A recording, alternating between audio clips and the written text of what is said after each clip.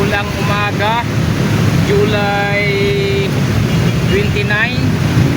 Ito ngayon ang sitwasyon sa Mindanao Avenue.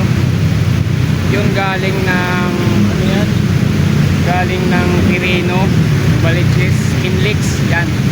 Tapos dito sa kabila naman, dito papuntang SM North. Hindi pa naman ganong tukod ang traffic. Yan sa papuntang SM North, tapos Cubao, Makati. Yan ang sitwasyon ngayon guys. So, tapos dito naman sa kabila, yung papuntang Baliches, Inlex, Quirino. Ayan naman guys,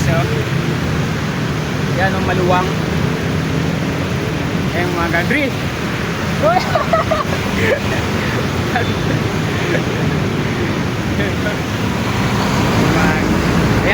Yan ngayon ang sitwasyon guys. Maluwang dito papuntang Quirino, Baliches, Inlex yan. Dito naman sa kabila, yun nga, yun sa SM North. Ayan maluwang din galing SM North yan. So yun.